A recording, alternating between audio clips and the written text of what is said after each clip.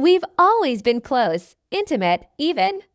That never really changed, not even after Harry.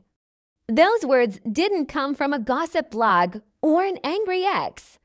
They came from Markus Anderson himself, a man who was once called Meghan Markle's other half. The story you're about to hear isn't gentle. It's huge, a story hidden beneath secrets, polished smiles, and royal titles. Inside a world of power games, forbidden's loyalty, and one man who knew everything. Forbidden's loyalty, and one man who knew everything. The quote, "We've always been close," wasn't supposed to reach the world. It was whispered in a private conversation, a moment of honesty that somehow got out. When the confession came out, it didn't just light up tabloids, it destroyed the very idea of who Meghan Markle was and what her marriage meant. Because if what Markus said was true, then the fairy tale between Meghan and Prince Harry wasn't built on a clean start. It was layered with loyalty, secrets, and something that wouldn't die, an old connection buried under royal perfection. For years, Markus Anderson was the one person in Meghan's life before the crown, before the cameras, before Harry ever showed up. He wasn't just a background character. He was the architect of her rise, her mirror, her closest friend, and some say the only person who really knew how to control her. So when he finally spoke, when that confession leaked, the world began to realize something scary. The most dangerous betrayals don't always come from enemies. Sometimes they come from the people who built you.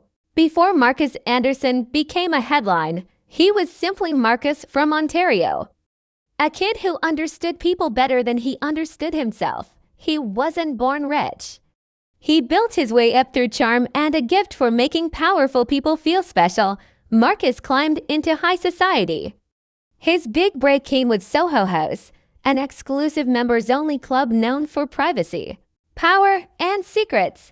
There, Markus became more than a manager. He became a gatekeeper, a man who could decide who got in, who stayed out, and who got noticed. That's where he met Meghan Markle. She wasn't a duchess then, just an ambitious actress from Los Angeles filming suits in Toronto. Their connection was instant, not romantic at first, but intense. Meghan was ambitious. Markus was connected. Together, they became unstoppable. He opened doors she couldn't, introduced her to important people. He understood how the game worked, how charm could be a ladder. And in Meghan, he found the perfect climber. But beneath their glamorous nights and travel photos, something deeper formed, an emotional bond that blurred every line. He wasn't just her best friend. He was her anchor, her image helper, her safety net. And when Meghan began to rise, when her world expanded from red carpets to royalty, Markus was always there, smiling quietly in the background, waiting, watching, protecting the woman he had helped shape into someone the world couldn't stop talking about. Long before Meghan's royal title, there was a small, glittering world that existed just for her and Markus. They traveled together: Madrid, Istanbul, London, always in style, always just out of public view. Friends who saw them together often said their connection was special. They could communicate through looks, finish each other's sentences, and disappear into private corners like two people sharing a secret. Language. When Meghan was uncertain about her future, Markus reminded her of her worth. When she needed new opportunities, Markus knew exactly who to call. He curated her life like a brand, introducing her to designers, producers, and eventually royalty. Because in 2016, it was Markus who arranged her stay at Soho Farmhouse, a quiet luxury retreat. Very place where, according to insiders, Meghan Markle met Prince Harry for the first time. Some call it fate, others call it planning. Either way, Markus was the bridge between Meghan's old life and her new one, the man who made her royal love story possible. But what no one knew was that behind that introduction, their bond didn't fade. It evolved quietly, secretly, and powerfully. Meghan may have married a prince, but Markus remained her shadow, her constant, her unfinished story. And years later, when he finally said those words, "We've always been close," even after Harry, it didn't sound like bragging. It sounded like a truth that had been waiting to be heard. Because maybe, just maybe, Meghan never really left Markus behind. By 2016, Meghan Markle's world was already carefully designed. And at the center of that design was Markus Anderson. So when Prince Harry appeared, many believed it was just another connection arranged through Markus' web of influence. The meeting was simple on the surface: a weekend at Soho Farmhouse, a dinner, a few drinks, and introductions through friends. But behind the scenes, Markus was the quiet puppeteer. He'd booked Meghan's stay, handled the invites, and coordinated her guest list. When Meghan met Harry, sparks flew instantly. She called Markus that night, laughing and nervous like a teenager after a first date. "He's different," she told him. Markus reportedly smiled and said, "Then make sure he sees the version of you the world doesn't." It was advice that would change her life, but it also created something else: an unspoken triangle. Harry saw Meghan as the woman who would free him from royal life. Markus saw her as the woman he helped create. From that moment, their worlds began to overlap in dangerous ways. At first, Markus and Harry got along. They'd share dinners, drinks, and laughs. But Harry noticed how Meghan always acted differently around Markus. She was looser, more confident, more herself. And for a man already worried, it planted a seed he couldn't ignore. As their romance grew, so did Markus' presence.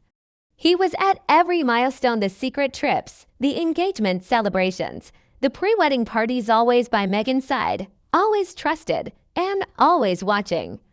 No one questioned it until people began to notice something else. Markus wasn't just part of the story, he was woven into the heart of it. By the time the royal wedding arrived in 2018, Markus Anderson wasn't just a guest. He was practically family, seated in a place of honor. He watched the world celebrate a love story he'd helped create. But even in that moment of joy, whispers were already circulating. Palace staff had begun to notice something different. Meghan took Markus calls late at night. His name came up in planning meetings, private trips, and quiet dinners. Whenever Meghan felt overwhelmed, it was Markus she turned to, not her husband. To outsiders, he was just an old friend. But to those who worked behind palace walls, Markus was a storm that never passed. Harry at first ignored the rumors. He trusted Meghan. He wanted to believe her loyalty was as deep as his. But small things began to bother him, moments that didn't feel right. A text message she quickly deleted, a private lunch she brushed off as just catching up. In one tense moment, a palace aide recalled hearing Harry mutter, "Why does he still need to be around?" Meghan's answer was cold, "Because he's the only one who's never left." That sentence stayed with him. Even after moving to America, Markus' shadow followed. He was present at private events, baby showers, and dinners. Their friendship, instead of fading with distance, seemed to grow stronger. And when a journalist finally approached Markus for a casual conversation, the one that would later lead to his confession, he didn't deny anything. Instead, he smiled and said something that made the air go cold. People think this story ended when she married Harry. It didn't. It just changed form. The words were never meant to be printed. Markus' confession was made off the record, shared over drinks in a moment that probably felt harmless to him. But the journalist who heard it couldn't ignore its weight. Days later, a whisper became a headline. Then a headline became a storm. "We've always been close, even after Harry." That single sentence tore through every image the royal couple had tried to build. Within hours, news outlets were analyzing every photo, every timeline, every gesture that suddenly carried new meaning. Inside the palace, silence filled the air like fog. Phones buzzed, statements were drafted, and aides scrambled to contain what couldn't be contained. The words were out there, and they couldn't be taken back. Prince Harry reportedly went quiet. For days, he said nothing. Then came anger, confusion, and the kind of heartbreak that doesn't make it into press releases. He started looking back through the years, connecting dots that once seemed harmless: the messages, the calls, the way Meghan's face softened whenever Markus' name came up. Meghan, for her part, denied any wrongdoing. She called it a twisted attempt to destroy her family. But even as she spoke, Markus refused to clarify or take back his statement.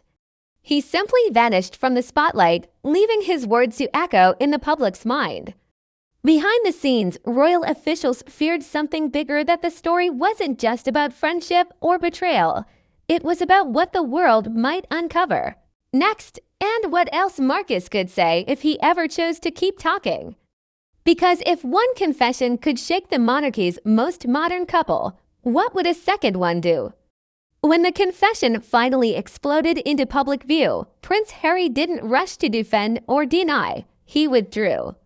Those closest to him said he stopped taking calls for days, spending hours pacing through the garden of their Montecito home. He wasn't angry at the headlines. He was angry at himself for not seeing the signs. For years, Harry had believed that his love story was his redemption, proof that he could create the peace his mother never found. But now, every moment replayed in his mind with new meaning. The messages Meghan hid behind half smiles. The business trips that lined up with Markus' travel photos. The strange loyalty she always showed him no matter the argument. He wanted to believe it was just friendship, but the tone of Markus' confession made that impossible. The word intimate echoed in his head like a curse. Sources said the tension between Harry and Meghan became unbearable. There were nights when the shouting could be heard from outside their gate. Arguments that began over small things but always came back to one name: Markus. One evening, Harry reportedly found a folder of old photos on Meghan's laptop. Pictures from their early years in Toronto before the crown, before the chaos. There, in almost every image, was Markus smiling beside her, hand on her shoulder, the same closeness Harry once though. T was innocent. That night, Harry didn't sleep.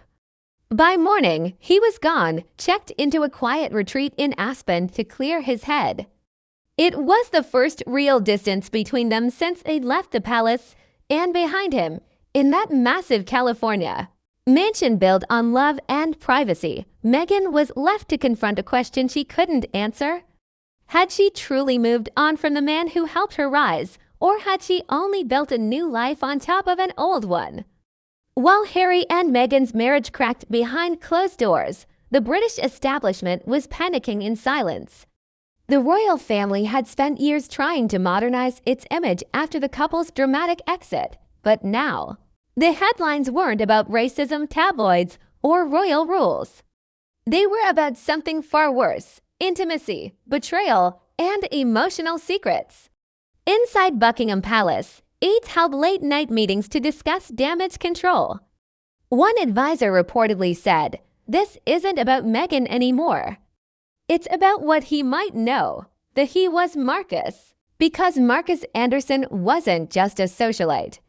He'd been inside their homes, flown on their planes, attended their private events. He knew things. He'd seen things. And if one confession could unravel years of palace PR, what would happen if he spoke again? Within days, legal teams began quietly investigating how the leak occurred. Confidentiality agreements were reviewed, NDAs were reinforced, but none of it mattered. The story had already done its damage. Behind the scenes, William and Kate were reportedly furious not at Meghan, but at the renewed chaos threatening the monarchy. One palace aide claimed William told a senior staffer, "We survived the Oprah fallout, but this makes us look like fools." The monarchy, for all its tradition and control, had been outplayed by one man, a man who didn't even belong to their world. And for the first time, the palace realized that Markus Anderson might be more dangerous in silence than he ever was in speech. In the end, every fairy tale demands a price. For Meghan, it was her peace; for Harry, his trust. And for Markus Anderson, the man who lit the match, it was his reputation. After all of this, Harry returned home with Meghan. Whether forgiveness followed, no one truly knows. Publicly, they smiled. Privately, they rebuilt what they could. But insiders say something had changed forever, an invisible line neither dared to cross again. Meghan, once surrounded by friends and allies, grew quieter. Her circle shrank, her trust thinned, and Markus. He faded into the same background he'd once ruled, occasionally spotted in London cafes, always with that calm smile that made people wonder what else he knew. The world moved on, but the question never did. Was Markus telling the truth, or was it revenge? Was he protecting Meghan, or finally freeing himself from her shadow in a way? It doesn't matter anymore. Because what his confession exposed was far bigger than scandal. It revealed the human truth behind every royal story, that beneath the crowns and titles, behind every polished image, there are fragile people holding secrets they can no longer bear. And sometimes all it takes is one sentence to bring the entire illusion crashing down.